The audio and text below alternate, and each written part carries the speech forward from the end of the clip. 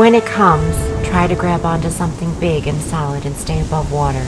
There's not much time now, Dr. Kim said, his brown eyes solemn. We knew that surviving wasn't a guarantee, but even our years spent in imminent danger hadn't prepared us for what we now faced. No one was emotional, but my heart, despite its racing, felt heavy. It wasn't fair, my mind was saying. I felt like throwing a tantrum. Here I was, with Jack, finally, and there was our fate rushing toward us in the form of inexorable salt water. The tide reached the beach and engulfed it along with its scrambling inhabitants.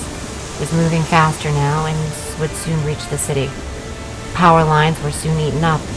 Next came the houses. I didn't want to watch the people being overcome, but their cries reached my ears. I heard the creaking and crashing of buildings being torn apart as the sound of the encroaching waves ripped through my eardrums. I want you to take a deep breath and hold on to me, Jack said, his face close to mine and his eyes intent. The others were pressed against the wall, their eyes trained on the swirling, rising water. It looked dark and cold, and my skin cringed from it in anticipation. It might pass us by. We're up pretty high, I said, my words hopeful but falling heavy as rocks.